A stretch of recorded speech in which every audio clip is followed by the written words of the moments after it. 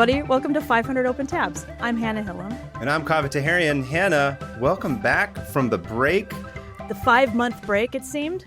Oh my God, it felt like forever. I forgot how to do this. It was only a month ago that we last recorded, by the way. I guess it hasn't been that long, but it feels like it's been so long because it was so frequent that we were doing it. Yeah. How you doing? 2026, This is our year. I don't know what to say. It's been a year so far. Let's just say January has felt like 6 months to me. It has felt 6. That's conservative. I would feel like it's felt like 6 years. Yeah, it's I've aged that much, and it feels. And I think I've had every disease known to man in the last month. I got the super flu. Care to list them? The stupid flu or the super flu? I have terminal stupid flu. Okay? No, I have a temporary super flu. Okay? So I got the super flu, whatever that means. What the hell is that? It's just the flu, but it's an extra bad one this year. How is it different from COVID? I don't know. Should we get Dr. Kaveh on the line and get him to come and show up and explain? Yeah. We need Dr. Kaveh on here to be like, just tell me what I already know.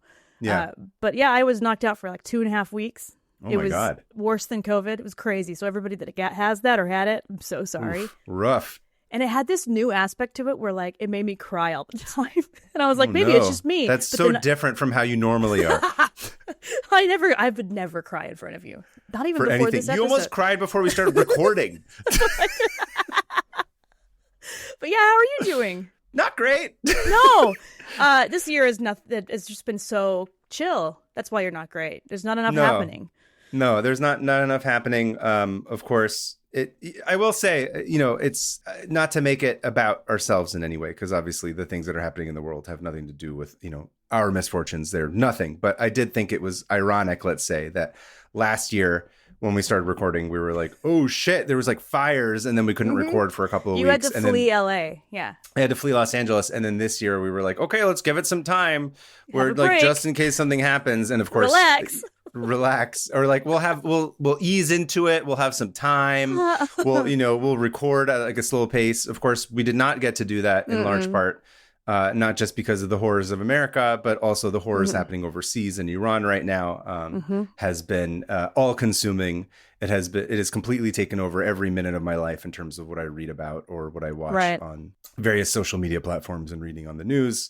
In terms of everybody reaching out to me and family members or friends or people in the Iranian diaspora, just all chattering constantly nonstop, and all of us doing our best to make sure that the world doesn't forget. So at the time of this recording, it's at least, I think we're going into the 3rd week of no internet in Iran as the Islamic Republic continues to just be awful, miserable, horrible pieces of shit who will burn in hell. Yeah, if there is one, for sure. First, they're going to be first in line. The fact that they take out the internet, like that is a human right to have internet and access to communication. And what you see from that is coming out is just is nothing. Is nothing to what's actually happening.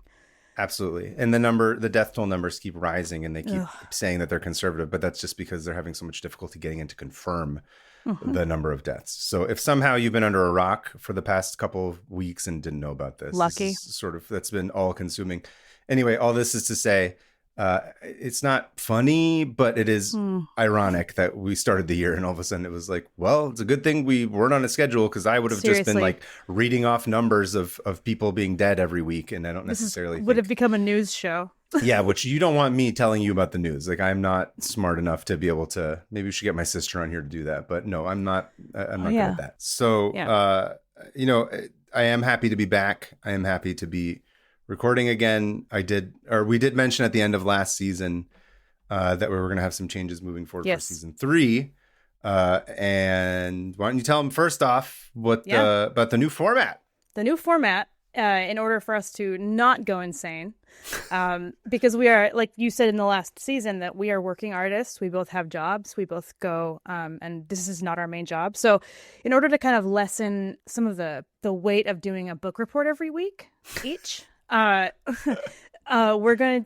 now decided to do, we would switch off every week. So this week, for example, Kaveh will do his tab, and it'll probably be the episode will end up being around near an hour or a little more. So it gives us more time to like branch out, and there's more flexibility involved in our tabs. We can go into more detail. etc. Breathing room, like breathing wine room, in a decanter. We're just trying to like give it space. Sure.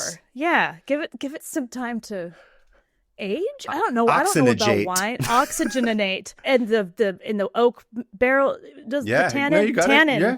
The tannin. You got it. Actually, those are all winey things. Yeah. It's because I play a game called Viticulture. I don't know what that is, but it sounds dorky. It is. I only play it with friends, and I hate that game because I always lose. But I know all about. I do have friends besides you, and the 20 Persians you've introduced me to. But yeah, so we're going to be switching off every week, and then once a month our goal is to have one guest on, where their tab will be front and center, and so we'll get to hear a full episode about their tab specifically. And is there anything else?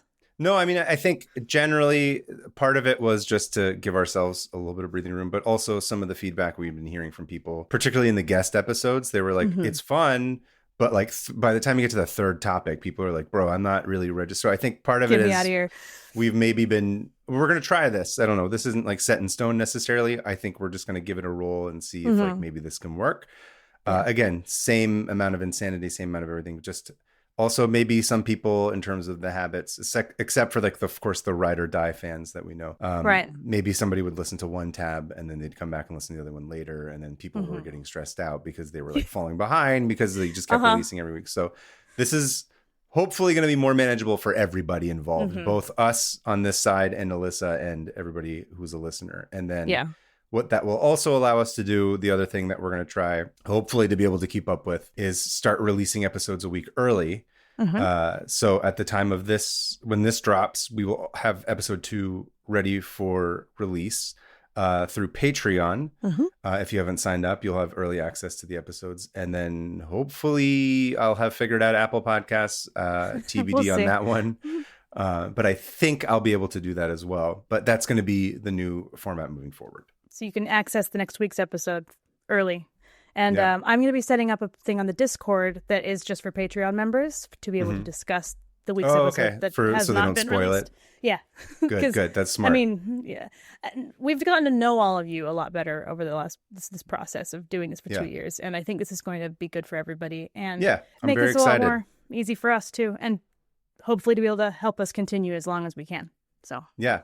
And thank you, Hannah. You're the one who spearheaded this whole idea of like, here's how we can sort of figure this. You made a really cool, pretty calendar with nice colors that I ignored because I didn't see it as an attachment in the first email that you sent because I was looking at other stuff. And 2 weeks. I didn't mention it at all. And you were like, is he mad at me? And I'm like, oh, I didn't even see it. So then I went back and looked. I was like, oh, this is great. I can understand what you're proposing altogether. I planned out the whole year. And then I was like, why hasn't he said anything? Is he like not into this? He's like, oh, you already talked about everything. You already knew everything you talked about in the email. Yeah. I'm like, no. You're like, there was a beautiful calendar. It really was beautiful. Check your attachments, people.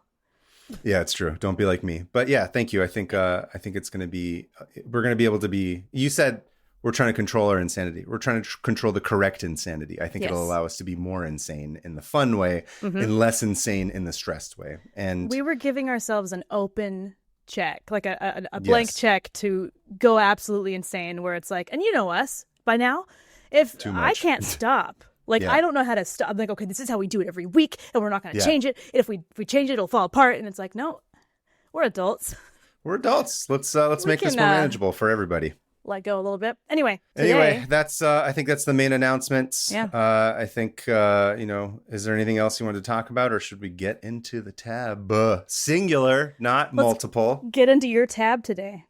I will get into my tab today. So, as I mentioned at the top, everything's awful.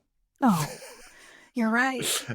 And of course, I'm going insane. I'm watching the Iranian diaspora eat each other, and I'm not going to get into all the different battling factions and ideologies and historical precedents or any of that crap, because like I said earlier, I'm going to be yelling for 45 minutes, but like not in the fun way.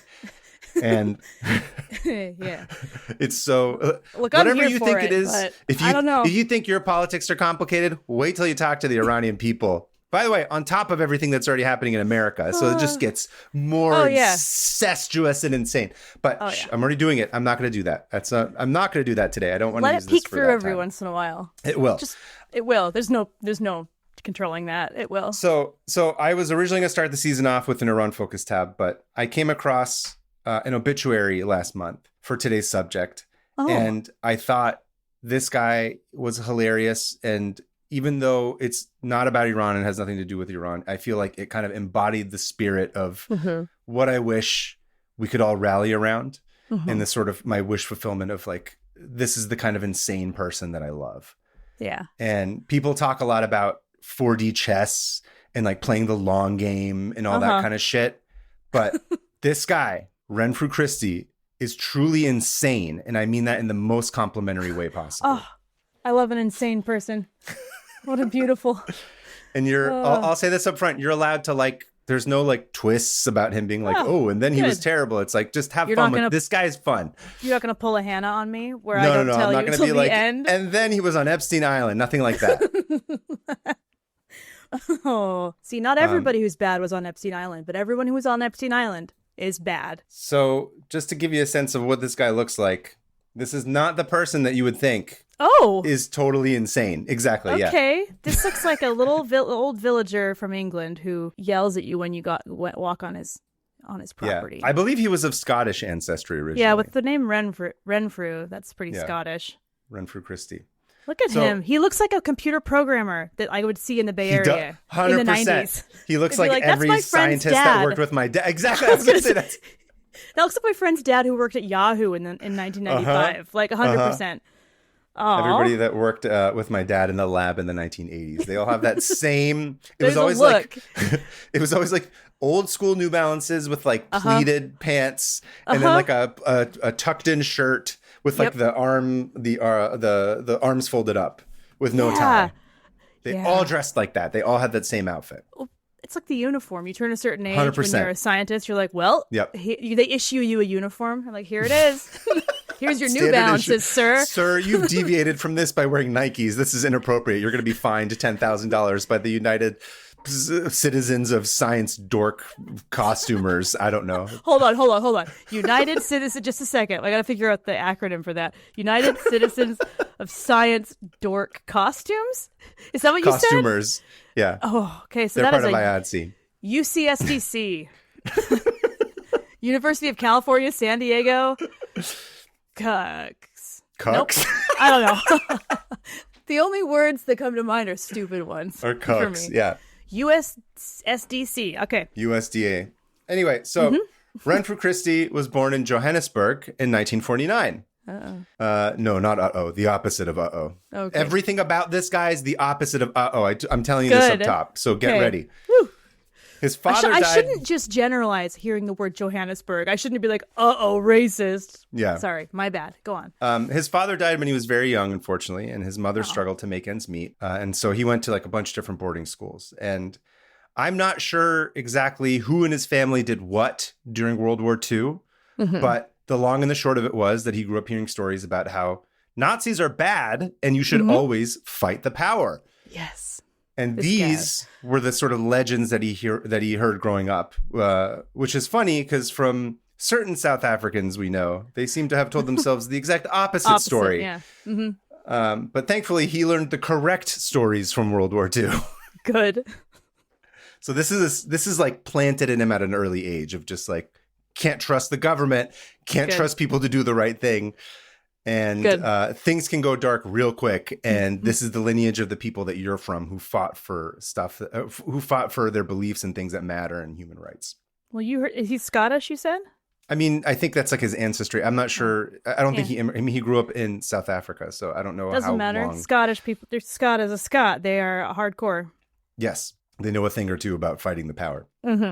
And by the time the 60s roll around, Renfrew's of age for mandatory military service, where he gets stationed at a base in Johannesburg suburb referred to as Lenasia. And this is the time as apartheid is like fully starting to ramp up properly. Like it's becoming like a big deal. And this suburb was originally owned by a guy named Captain Lenz, Lenz.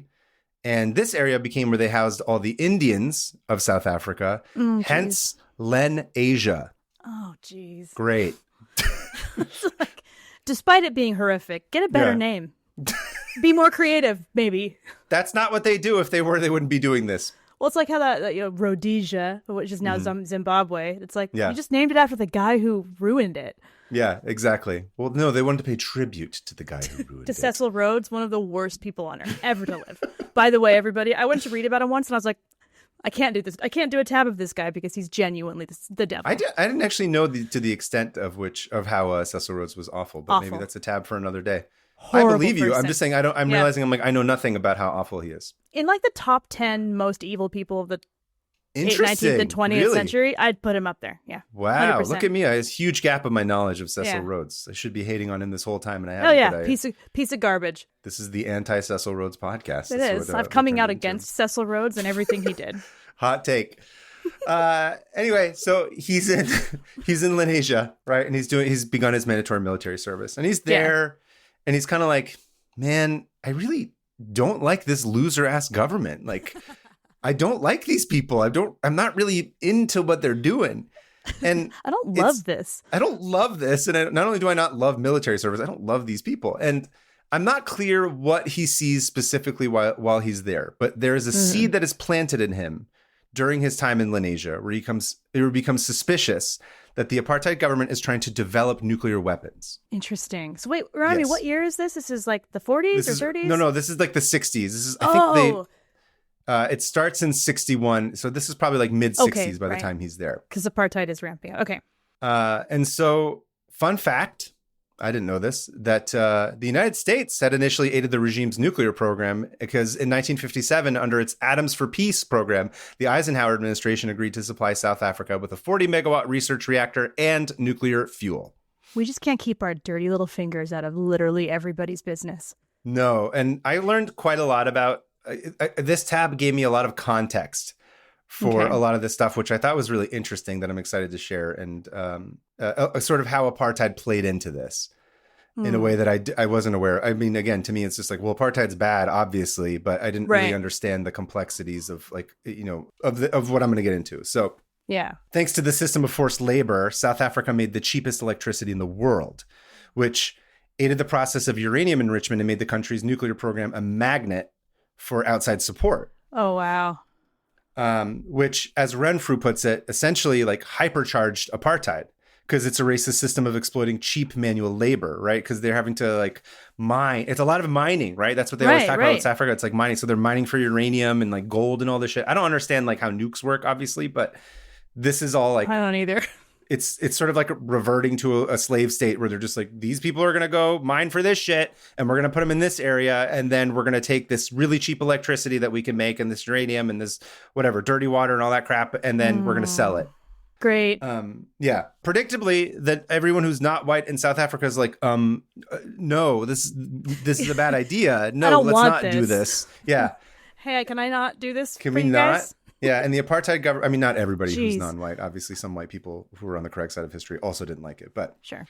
Actually, in fact, I'd say the minority is the one who controlled apartheid. That was the whole problem. Always is. Anyway, and meanwhile, the apartheid government was like, oh, wow, really? You don't support us? Great. Now we need to enrich uranium for a bomb because, communism. Like, we need to protect ourselves from communists internally. The biggest threat. And pretty soon, the Palindaba Nuclear Research Center was completed in 1961, and with that began a secret uranium enrichment program. Mm-hmm. And I wish I could tell you what he saw specifically, but the information I could find is like scant. There's not a lot about exactly. But, even if I could, it would just be like, oh, yeah, clearly he saw like the double bongle scropuloid fission detector, and that's crucial for making weapons of mass destruction. Double bongle is crazy. I don't know. Seen it? Yeah. I don't know. It would be something way over my head because I don't understand Double bongle really like stuck in my brain. I need to figure out what a double bongle is. Everybody draw it. Draw the double bonguloid. The double bongle scropuloid fission detector. That's what I wrote in my notes. That was the biggest nonsense word that I could come up with. Why didn't you call your science dad? Yeah, I was going to say, I could ask my dad, but I don't want to get like a 30-hour lecture of like, here's how atoms work. It's funny because every time I've asked my dad a science question and then I try and summarize it back to him to explain, to show that like I understood what it is that he's saying, or I'll be like, here's the metaphor that makes me understand. I'll be like, oh, it's like when you're doing this in the kitchen. He's like, no, that's not what it is. It is this thing in science. He does not understand. They're like, we're speaking different languages. Yeah. There's no connection. Yeah. That's really funny. So he sees some shit. I'm going to trust that he knows what he's talking about. Obviously, he does. But the important thing is that he can see that like shit's getting real, right? He's like, there's something going on here that other people don't know about, and I'm noticing this while I'm in this place. And he's only 17 at this time. Whoa. So what does he do? He steps up his game. Of course, yeah. Obviously, from there, he goes to college. He attends the University of Witwatersrand, where he's studying to get his Bachelor of Commerce. Okay. And there, he's arrested no less than 4 times for political mischief. Good for him. Let's call it political mischief. Political mischief is the most, like, watered down way of saying. No. It's like, it's all kinds of anti-government shit that he's doing, right? Like, he's organizing, he's rallying, all this kind of stuff. So much of his time was spent as a political prisoner in jail that in jail is where he actually finishes his degree, not in the classroom. Dude, that's awesome. What a resume. Yeah, exactly. Builder. Eventually, he moves on to get his master's at the University of Cape Town. And all the while, he's involved, like I said, in various student-led anti-apartheid activities. Mm-hmm. And again, unfortunately, the reporting is fuzzy in terms of like exact chronology. I don't know who met where, or if there was like a recruitment, or somebody reached out to somebody, or he reached out to, I don't know. That part, I don't know who it is or how this happens. But eventually, and this seems, I should say, inevitably, Renfrew becomes involved with the Umkhonto Esizwe, or the MK for short.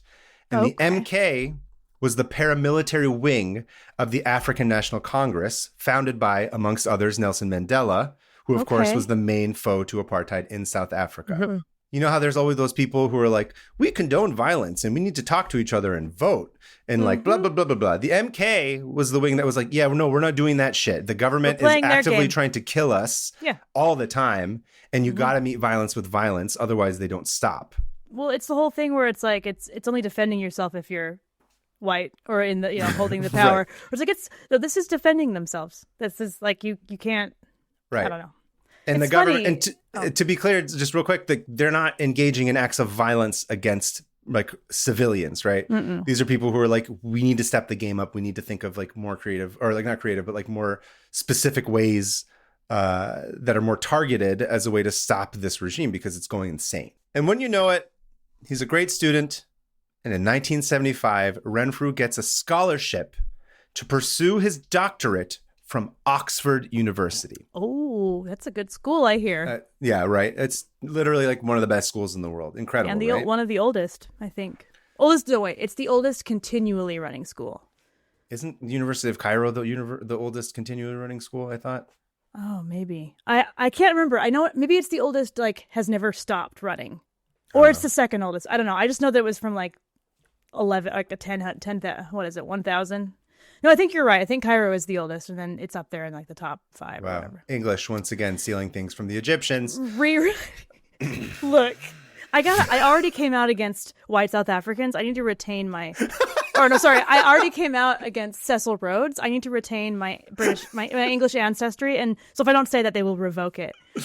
That's true. Anyway, so he gets a scholarship to Oxford to do his doctorate. So what does he decide to do for his thesis? You'd think, based on his knowledge and his experiences and his interests, it would be like civil rights or history or like, something like that. Yeah. But that's not what he does. He chooses something very interesting. Okay. You want to take a guess as to what it is? I don't know. Humanities?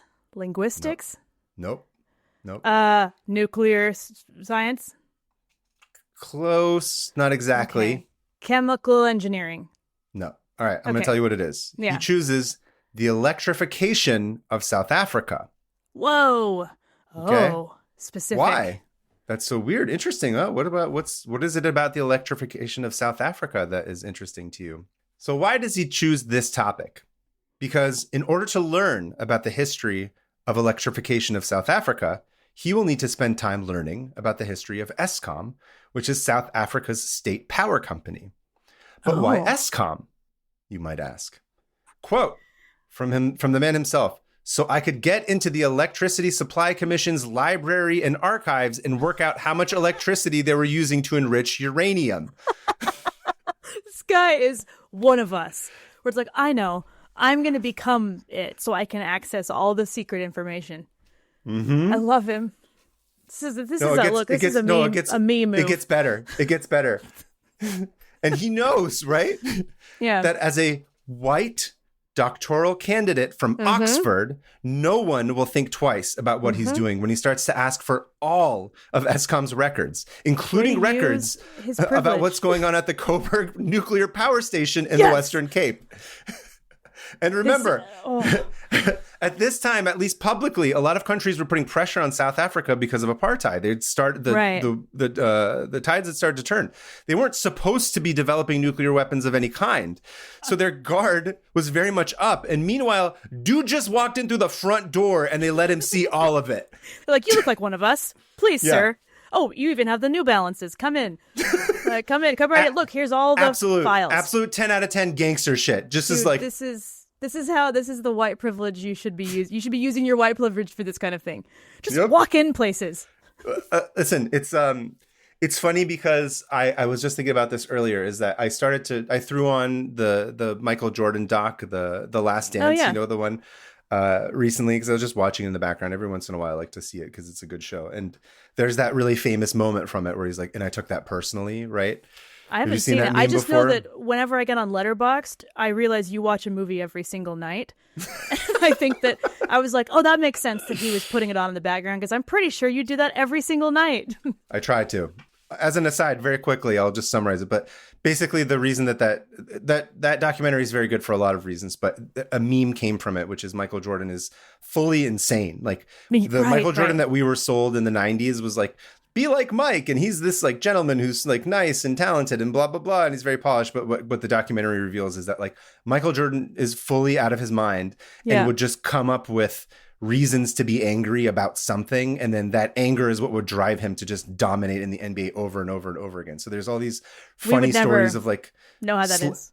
No. I'm talking about like he would invent slights that didn't even exist.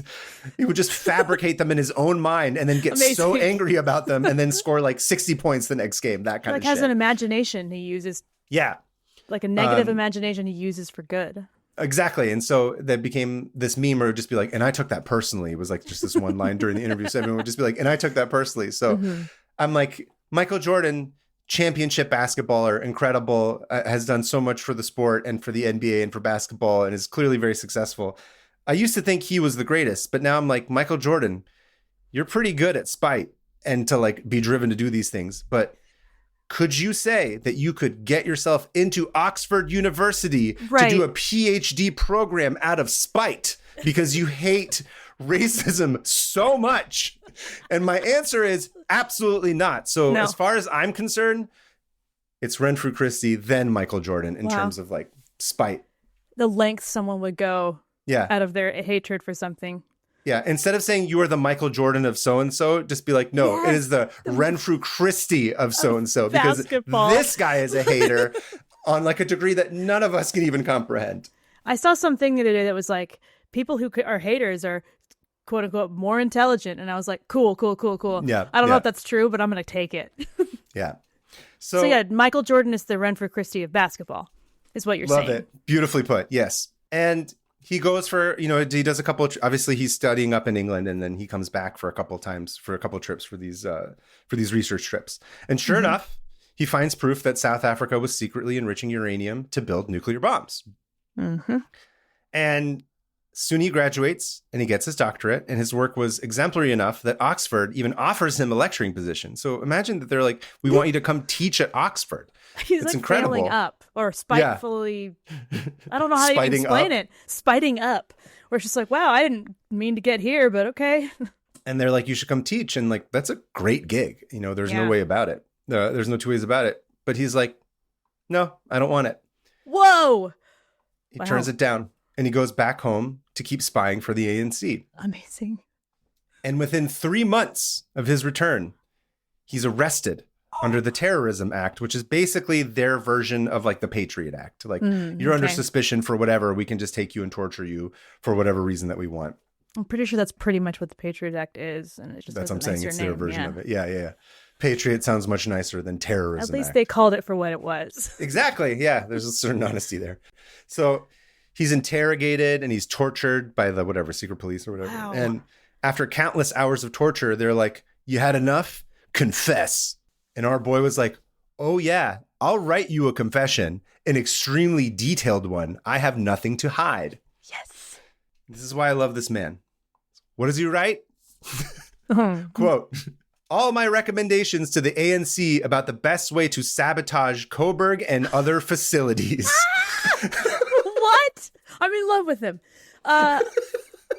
So he's like, post being tortured was like, yeah, okay, here's this. Ready? He's like, that was all along. He's just like, yeah, no, I got it. I got it. He Rogue One's it. Tell everyone. Yeah. He Rogue One's it, exactly. He's like, they got like yellow cake over here, like the uranium's in like the closet, the heavy water is like in the shed, whatever. I don't know. He lays it all out. By the way, I tried to look it up, but I couldn't really find the confession itself. But he basically says like beat for beat, these are all the weak spots. These are where they're holding this. This is bad. This is bad. This is bad. And remember, the ANC at this point, they're in hiding because they're fugitives from the law and they're like seen as terrorists. And they couldn't just show up to the local Starbucks with laptops and like have a work meeting with him and be like, oh, okay, cool. What did you learn here? Blah, blah, blah, blah, blah, blah. Wow. And because this is a confession, a judge reads it out loud in a courtroom. Boom. Public record. It's the best way to legally do all of this through a legal, like, it's just like a screw you to all of it. Everybody. It's like, I'm using all the systems for me to exploit, and you have to do this. And eventually, this confession makes its way to the ANC. Mm-hmm. And meanwhile, Renfrew has this like horrific run in the Pretoria Central Prison. He's like first put into solitary confinement for 7 months. Oh. Which is unbelievable. You hear him talk about it. He's like, you don't go through that and come out like not like a fundamentally different person. Yeah. Normal. We're not meant for that. Yeah. Like, we're not supposed to have that happen. And then they put him in a cell when he comes out at like the end of this block, which is right next to where all the death row inmates are hanged. Ooh. So it's something like he heard like 300 different hangings, he said, over the course of time that he was. So he's like, and they're doing this deliberately to break his spirit, to make him like psychologically traumatize him. Wow. But he's like, not as bad as what other people had to deal with. He's like, screw it. He's not like, I was okay. He was basically just like, I met this other guy in the shower who was like in solitary confinement for like years and years. Wow. You can watch it. There's like a little interview with him. There's like a clip with him that you can find on, I can't remember what the website was. I have one of these tabs open where he talks it through, but he's very measured, right? He's very level-headed. And I think he kind of has, obviously the man has perspective in terms of the, like I said, the 4D chess and the long game that he's playing. It's incredible. Yeah. I have a new hero. Yeah, seriously. And I'm sure there's even more, but I'm already like, oh yeah, you're on my hero list. So it took some time, but this is where I thought, I was like, oh, I have to do a tab. So eventually in December 1982, before the enriched uranium fuel rods were due to be loaded into the Coburg nuclear reactor, 4 limpet mines exploded because they had been planted by MK operatives Rodney Wilkinson and Heather Gray, who as whites with no political record had no difficulty getting jobs on the reactor building site. Yes. Additionally, a hydroelectric dam and assorted power stations that he had identified in the doctoral thesis were likewise bombed. Wow. Dude, white's doing right for once. That's incredible. Yeah. That's amazing. As far as I can tell, no one got hurt. The weapons program had suffered a significant setback of at least 18 months, and the damage was estimated at countless millions of dollars. That's huge. That's a big deal. Yeah. And remember, they're not hurting anybody specific. They're just putting kind of sugar in the gas tank kind of shit. They're like just messing shit up. Yeah. Yeah. Sabotaging is the right word. Yeah. Yeah. You know, and despite being in jail, Renfrew had been the driving force behind one of the ANC's most significant military blows against apartheid. Wow. Which is unbelievable to me. It's so interesting. It's so crazy. Eventually, he's released after 7 years in 1986 under an amnesty offered by the government as it tried to curry favor with an increasingly critical international community. Mm-hmm. Quote, which I accepted because unlike Nelson Mandela, my refusal would have no impact, and I felt like I could be more useful on the outside. Smart. And Christie moved to Cape Town and went into academic life. And as the Dean of Research at the University of the Western Cape, he helped build an intellectual, quote, home for the left. Basically, he's president of woke in the 80s. Oh, good for him. Yeah.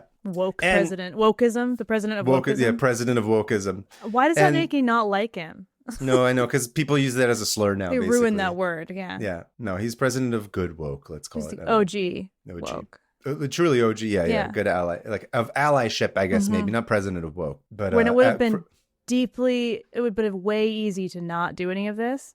He was like, no, I'm going to absolutely do all of this. Yes. I guess technically Nelson Mandela at this point would have been president of woke, so to speak, in terms of what they think. And he's like vice president of woke allyship. I don't know. Yeah. None of this matters. He's just in the yeah, we can't. Yeah, go on. I guess he's head professor of woke. Let's just call it that. Maybe not president of woke. He's the dean of woke. Dean of woke. Yes. Thank you. Yes. Yeah. You're welcome. You're welcome. So he's like, I'm gonna basically make sure that the next generation understands what's going on and why it's bad. Amazing. And this is something to me that affirms what he was talking about when it comes to forced labor this whole time, right? Yeah. And how South Africa is benefiting from the forced labor in terms of in the shadow of the Cold War. And if you look at the timeline of when anti-apartheid sentiment is ramping up in the United States, and the Soviet Union is collapsing, right, and the Cold War is basically ending, that's also when South Africa takes a huge turn. Yeah. And Mandela, of course, is famously released from prison in 1990. This was a big deal. I don't. You might have been a little bit too young, but I remember it. Like, I was still little at that time, but I remember being like, "Who's this Nelson Mandela?" It was everybody was talking about. It was a huge deal. Well, the Mandela effect. Yes, I don't know why Mandela is named for that. Why is it named for Mandela? Because he was never released from prison. He's been there the whole time. He died and we in prison. Just or something. Yeah. So I was one of the people who was convinced he died in prison. Oh, literally? That's where it comes from? I thought I had learned that. I thought that was the truth. I thought that he had died in prison. And it wasn't until I was watching America's Next Top Model in the early, the 2008 or something, that they were in South Africa, and somebody on the show was like, he died in prison, and everyone else was like, no, he didn't. And I was like, what? And then later when the Mandela effect happened, I was like, dude, I saw that on America's Next Top Model.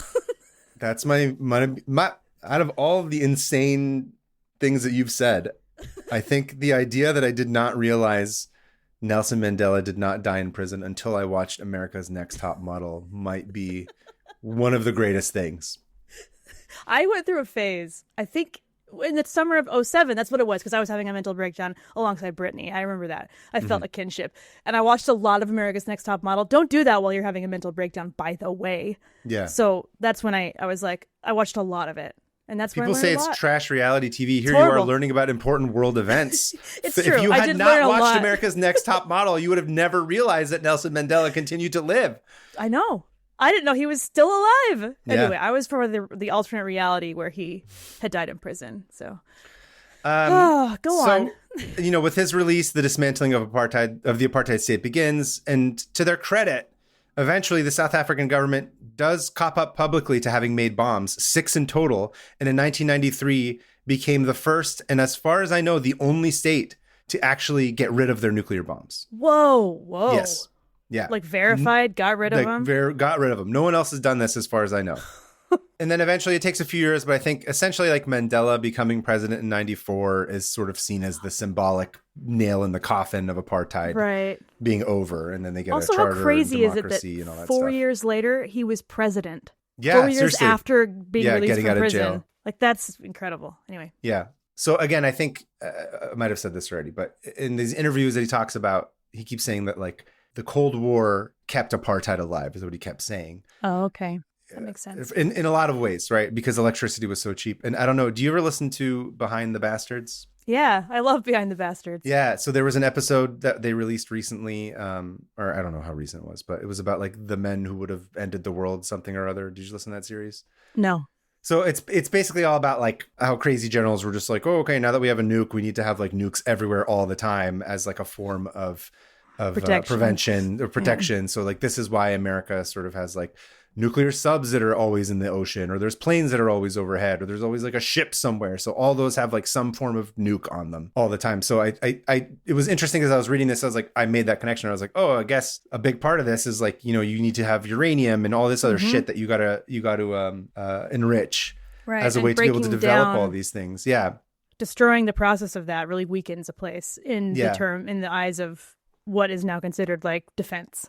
Yeah, and so I think I don't know much about apartheid South Africa. This is the first real kind of deep dive I'd done into any of it, but it was just interesting to me that like America sort of functioned as like this giant shark, and the South African government functioned as like a, what do they call them? The remora that like was sort of sucking off of its back, and how much that contributed to this kind of oppression and this systemic like structural racism, because people were able to, I hate the word these days, but like they're monetizing it. And it's like, it was just gross. I always knew it was bad, obviously, but it felt more gross even as I was reading about it, in the way that America sort of, and not just America, but a lot of people are, the nuclear arms race sort of keeps this kind of shit in business. It's disgusting. Yeah, it really does. And also like the fact that the way that America treated the enslaved people that lived here, of course, by force, was a blueprint for how many other nations ended up treating what they saw as lesser class or lesser class people. So like seeing that, it's like, that makes sense. They're like, let's look up to our older brother America and see how we can exploit most efficiently. Anyway. But I never made the connection between like the Cold War and like uranium and like mining and all this shit, because you hear sort of these things peripherally, but I was like, oh, this is another little triangle that's connected. In a way. Yeah, you don't think about like the collapse of the Soviet Union also being the collapse of apartheid. Yeah, exactly. Because no one's making money off of it now in the same way. It's all money. Yeah. It's like, it's such an insane thing to realize. It was like, oh God, I hate everything. Anyway, so Renfrew, he had a long academic career at the University of the Western Cape, eventually retiring in 2014 as Dean of Research and Senior Professor, and of course, Dean of Woke, as you said. Dean of Woke, yeah. The Navy honored him with its highest civilian award, and in June 2013, he was appointed to serve as the Defense Force Service Commission, a body tasked with making recommendations on the terms and conditions of service of military personnel.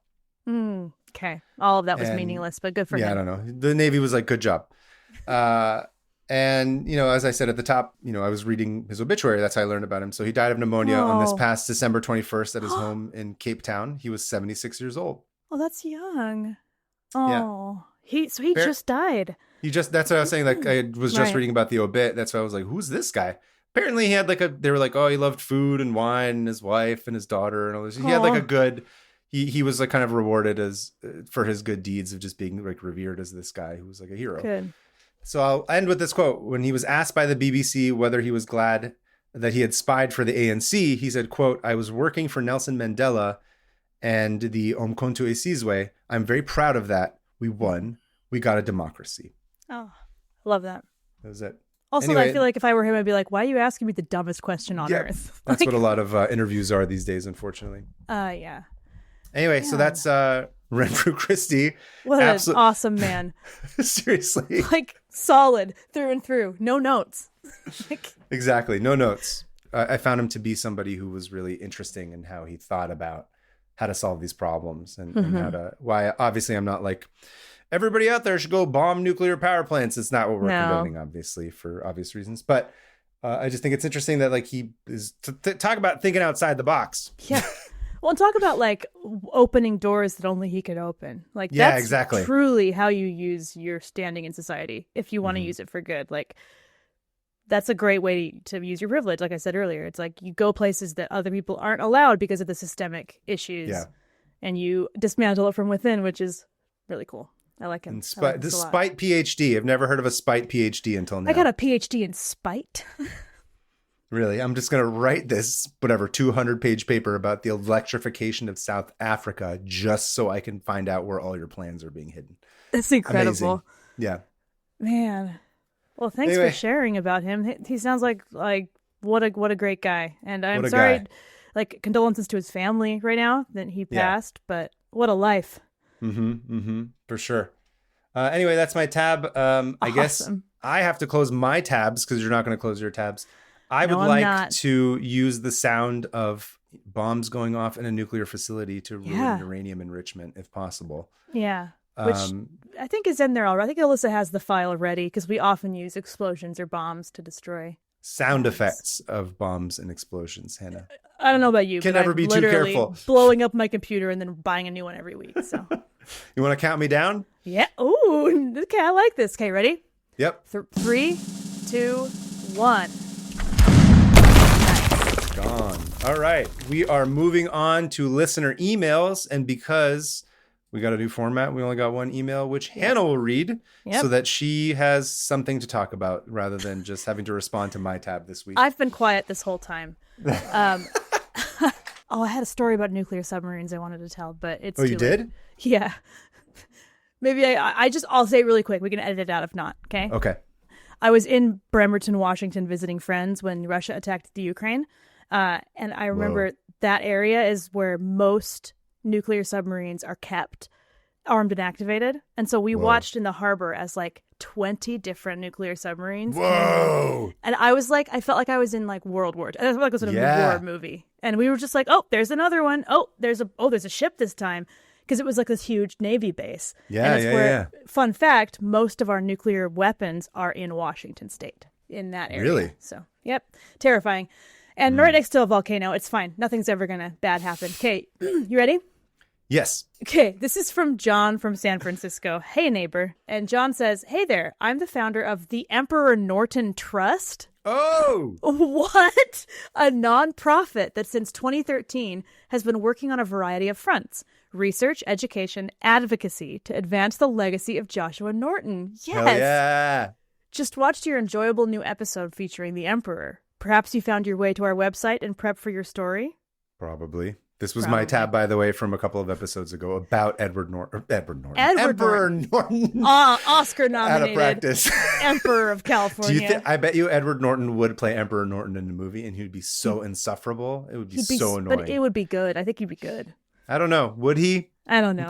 I'm kind of on the fence about Edward Norton. But anyway. Weigh in on the Discord. Yeah. Okay. Let us know in the comments what you think of Edward Norton being cast as Emperor Norton in the new movie from David Fincher. Who do you think would be cast as Emperor Norton? Sound off in the comments. Okay. Hit that like button. Smash like and subscribe. Ring that bell or whatever they say on YouTube. I don't know. Okay. Back to John. The founder of the coolest trust I've ever heard. Yeah. So you wondered about the Emperor's connection to the Masons. I did. In fact, pre-Imperial Joshua became a member of Occidental Lodge number 22 of F and AM San Francisco in August 1854. Okay. So None of those words make any sense. He was a member is what he's saying, I think. Okay. Sometime between May 1858 and May 1859, the latter date being just 4 months before Joshua declared himself emperor, Joshua was suspended for non-payment of dues. Okay. I know how that goes. It's like when I don't pay my credit card bills. Yeah, and then they kick you out of the Masons. Yeah. It's rough. Look at you. You look like the credit card Masons. The credit card Masons. Yeah. Yep. There is evidence that during the course of the emperor's 20-year reign, individual Masons pitched in from time to time to make sure that his daily rent was paid. Good. Nice. That's the nicest thing. This is like the most positive thing about the Masons I've heard in a while. When the emperor died in 1880, it was one of his oldest friends, Joseph Eastland, a co-founder of the company that eventually became PG&E. Whoa. What? Okay. Who donated one of his... By the way, PG&E is the California's electric company. ESCOM. Yep. It's California's ESCOM. So... Oh, wait. This is just another South African connection I just realized. Yeah. Oh. Emperor Norton was from South Africa. No. You didn't do that on purpose. Two excellent South Africans we're talking about here. That's right. Double your pleasure. Our two favorite South Africans. Double your pleasure? I'm just thinking of double mint gum. So double your pleasure, double your fun. That's right. The statement of the great men and double South African dudes on 500 open tabs that we like. I remember that song so well. The whole thing you just did. Okay. We're back, guys. Okay, so the PG&E guy, Joseph Eastland, donated one of his plots in the Masonic Cemetery for the Emp's burial. In 1975, Occidental 22 merged with an even earlier lodge, the appropriately named California Lodge Number 1. In June 2024, the trust proposed to California 1 that they explore the possibility of posthumously reinstating Joshua. Yeah. They did this past June. 166 years after his suspension. Whoa. The reinstatement was celebrated at a Masonic dinner in San Francisco at the end of August. Hell yeah. I love that. The Emperor Norton Trust is the true and OG rabbit hole for all things Emperor. Love to have you share our link as part of your info for the episode. Of course. Yeah. Best, John. That's Thanks, awesome. John. Yeah. Now, again, my dumbass forgot that he was originally from South Africa. Now I'm like, can we write fan fiction where Renfrew Christie and Emperor Norton like go on some sort of time traveling adventure together? Oh, yes. Yes. I don't know. So I'm not going to, but somebody can. Maybe the listeners, somebody could do that, or they could do drawings of the two of them. Anyway, those are the only two South Africans I can think of off the top of my head, obviously, other than Nelson Mandela. But he's I feel like Nelson Mandela is like Nelson a respectable... Mandela? Sorry, I had to jump on that. I jumped on that immediately. I didn't even let you finish. It's been a month. I have not talked this long for a while, and I can't say all my words correctly. Keep that in, Alyssa. I think Nelson Mandela is not as hilarious of an absurd personality, whereas Renfrew Christie and Emperor Norton are just both like insane. Crazy. Yeah. Wow. But maybe they can check in with Nelson anyway. I guess I'm trying to write it now, and I'm like, I don't want to write it. This is not a story that you can write. I don't know where I'm going with this. I don't think this is going well. Thank you for listening, everybody. Yes. For anyway, the first episode of season 3. Thank you guys for writing in. Thank you to John for the email. Thank you, Hannah, for listening to my tab this week. Listening and learning. All right. Listening and learning. Not info dumping on me, unfortunately, but you get to do that the next episode, and then I get to listen to what you have to say. And I'm going to really hope you don't get bored. We'll see. Yes. Let us know everywhere in the comments and on Discord what you think of this new format. Sound off. Sound off in the comments. Tell us what you think. And also write in your own listener mail at 500opentabs@gmail.com. Yes. Also, we're 500 Open Tabs on Instagram, and we are on Blue Sky, allegedly. Neither of us ever update that one. Every once in a while we remember to, but Instagram is better. I opened Blue Sky the other day, and it's like, sign in. And I'm like, I haven't been here for a while, so...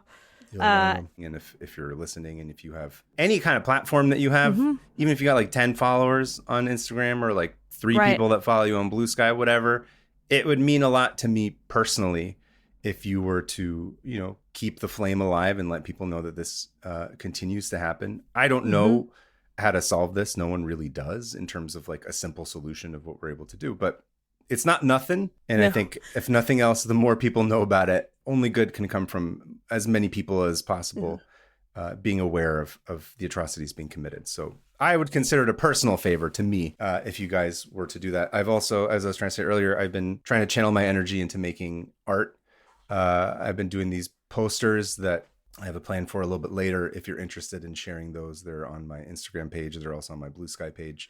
It might make it easier. Thank you. And I've got a couple more in the pipeline that I keep doing, but that's just a way for me to focus my insanity because, Iran has such a complicated process of fundraising due to sanctions and, not having access to be able to people to get in there and banks and all this shit. So it's like, forget the horrors of what's happening in America, but to an extent, at least you can sort of the next day you see like, okay, well, here's a GoFundMe and here's this organization that you can set up this. And it's like, there is an infrastructure here that's very easy to set up very quickly and help people right away. And I think with the problem with, I shouldn't say the problem, what makes it so much more horrific in terms of what's happening in Iran and being part of the Iranian diaspora is like not knowing exactly a quick and easy way to tackle the problem, to show our help and to reach out. So that's been a lot of the conversations I've been having with various people. We're just sort of like, how do we think of creative ways to either show support or help people? And in my case, it's like the one thing I know how to do is draw stuff. So I'm going to keep drawing stuff. I'll keep mentioning it on the podcast. It's going to sort of shape, I think, how I go into the season and into this year, unfortunately, as long as this continues to be a problem, which it sounds like it will be for the foreseeable future. Yeah, it's not looking like it's going to be simply solved in any clear way. No. But I was just going to add, and I'm sure this goes without saying, but through all the discourse you see online, the most important thing as somebody who is not part of the Iranian diaspora and does not know a ton about the complicated like ins and outs of everything that's happened in the last over 100 years or whatever, try to focus on the people that are on the ground. That's who matters and their choices, and they're not out there on the streets because they're out there because that's the last ditch thing they have. So whatever influences you see, try to just focus on what's happening on the ground and what those people, the actual like citizens of Iran, are doing, and honor them and their sacrifices, and try not to get mixed in with any like outsider politics and influences from other countries and presidents or whatever. I guess, that's what I've found, where it's like, that's well put. Yeah. Thank you for saying that. I appreciate that. If we were to have recorded this 2-3 weeks ago, I would have been rambling for hours on end about all the things that are pissing me off in terms of how these narratives are being controlled and shaped. And yet at the same time, in ways where I'm like, it's predictable. Of course, this is what was going to happen. And yet I'm still like, how did I don't know. Anyway. How am I still shocked? Exactly. How am I still shocked by this stuff? I do know better, and yet it still drives me insane every time I see it. It's like it's the human condition. Like I'll never really be able to deal with it. That despite everything, there is still hope that other people might understand things in a way, but then you realize they don't, and that they're just spreading misinformation. Anyway, it's a whole grieving process. We don't have to go into it. But thanks for talking about it. We, like you said, people keep talking about it. Yes, please do. Anything you guys can do to raise awareness is much appreciated. So thank you. And thank you, Hannah, for continuing to. I told Hannah the other day that my sister was like, I like that Hannah's more like rallying around the Iranian people than half the Persian people we know. She's like going insane all over Instagram. And I was like, she better. Oh, yeah. Dude, I'm like, look. I'll say this, like, and this probably sounds so like, I'm a white person and I appreciate cultures, but it's like after meeting you, and then of course when you meet one Persian, you meet like 20. Yep. And that's like how we roll. Most of them named Kaveh, it turns out. Yep. It keeps going. It literally only takes knowing one person to be like, oh, duh. Yeah. Like, this is a beautiful place that they aren't able to go back to. Anyway, so what I'm saying is that I'm right, or I want to fight someone because you guys are my friends, and that's not the only reason. Because it's also like human rights is a part of this, where it's like we should all want to fight for the oppressed. 100%. But yeah, Instagram's the only way I feel in control of anything, because there's nothing happening that I can. It's the helplessness, but like you said, you've been creating a lot of art. Everyone go look at the posters he's made. They're dope. They're powerful. Thank you. And thank you for saying that. And as always, keep the people, the oppressed people of the world at the top of your thoughts, no matter where you are or who they are. And, how do we sign off funny? That got Free sad. Iran. Free Iran, dude. Free Palestine. Let's just lean all in, okay? Let's do it. Love it. Yeah. This is the least funny sign off of all time. Is free both of us free Iran, free Palestine. Yeah. And I hate ice. Not hilarious. Screw ice. I hate ice. Hot take. I don't appreciate melt it. Men dressed as Nazis arresting 5-year-olds. Okay. Yeah. Anyway, on that note, how do we close this? Anything new for season 3? I'll see you at the Gwen Stefani tribute. I almost said execution. I don't know why. We're killing people on the Gwen Stefani tribute toilet now? No. Dear Lord. No, it's a holy place. By the way, I found a toilet in Guatemala. We just got back from Guatemala. And it was dedicated to flat earther beliefs. So I sat there, doing my business, and there was a screen above me telling me about flat earth stuff. And I was like, is this the flat earth tribute toilet? So I will see you at the flat earth tribute toilet. No, the Guatemalan. I'll see you at the Guatemalan flat earther tribute toilet. And yeah. Yeah, what she said. Love it. We'll do that for this one. Perfect. Thanks, guys. We'll see you next week with Hannah's Tab. Woo! Bye. Bye-bye.